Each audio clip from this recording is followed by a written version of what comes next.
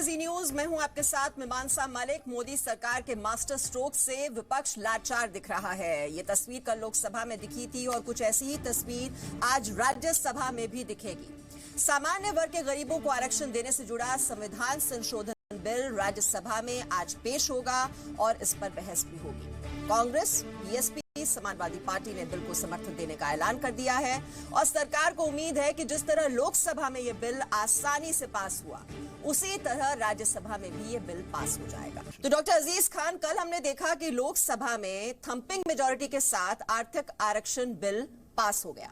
आज बताइए, आज राज्यसभा में क्या होने वाला है? आज भी आप बिल का समर्थन करेंगे और पूरा का पूरा विपक्ष की यही स्ट्रैटेजी होगी बिल का समर्थन करने की?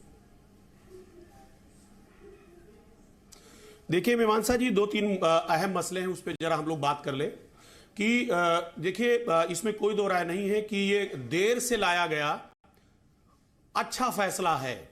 गरीबों के बारे में हालांकि बीजेपी ने सोचा, सवर्णों के बारे में, लेकिन तीन राज्यों के चुनाव को हारने के बाद सोचा। हालांकि लेट का फैसला है लेकिन बेहतर है।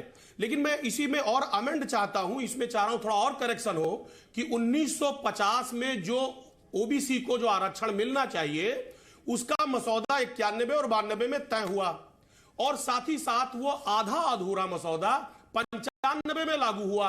मेरी मांग ये है कि अगर ओबीसी को भी जो आरक्षण मिल रहा है 27%, चूंकि उनकी संख्या 54% है, तो लगे हाथ 54% उनको भी, चूंकि उसमें बहुत तबाह कुचला समाज है, वो उनको भी 54% उसका आरक्षण मिलना चाहिए, क्योंकि वो आधा अधूरा आरक्षण उस पर लागू है। इसलिए क्योंकि जब बात यह चल रही है कि जो लोग दबे कुचले हैं, जो आर्थिक तौर पे कमजोर है, उन सभी लोगों को मदद मिलनी चाहिए। तो आज जिस तरीके से ओबीसी समाज दबा कुचला है, वो उसको पूरी तरह से हिस्सेदारी नहीं मिल रही है, तो उसको उसका हिस्सा मिलना चाहिए। इसलिए हमारे पार्टी का नारा रहा है कि जिसकी जितनी संख्या भारी उसकी उतनी हिस्सेदारी।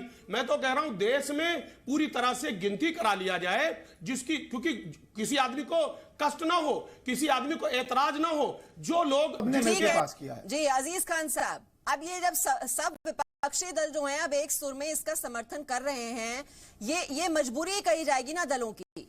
जो आप करना चाह रहे थे वो मोदी सरकार ने कर दिया, लेकिन अब आपको दिक्कत सिर्फ इस बात से हो रही है कि ये सारा का जो श्रेय है वो तो मोदी सरकार को चला जाएगा और जो वोट उनकी पक्की हो रही है, इसके जरिए आरक्षित हो रही है, दिक्कत तो उससे हो रही है ना। देखिए मीमांसा जी, सबसे पहली बात यह है कि इसमें दिक्कत किसी को नहीं है। सारी पार्टियां, अगर जाहिर सी बात है, अगर वो हमदर्द नहीं होती सवर्णों की, जो गरीब सवर्ण है, तो वो साथ नहीं देती।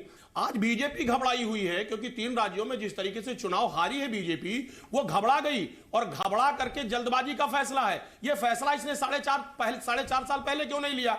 अगर ये वाकई में हमदर्द होती 4.5 साल पहले लेना चाहिए। हमारी मांग तो शुरू से ये रही, हमेशा हम लोगों ने मांग किया कि गरीबों को हमेशा मदद मिलनी चाहिए। गिनती के आधार पे गिनती करा लिया जाए, जो जिसकी जिम्मेदारी, जो जिसकी जितनी भागीदारी है उसको हिस्सेदारी दे दी जाए। हमेशा हम लोगों ने तो शुरुआत से समर्थन किया है, आज कोई नई बात नहीं है। लेकिन बीजेपी का चेहरा बेनकाब हो गया कि जब वो हारने लगी, आखिरी छोर पे आ गई, तब उसने ऐसा फैसला किया क्योंकि उसको लग गया कि अब 2019 में पूरी जनता, पूरी देश की जनता एक तरफा फैसला लेने जा रही है।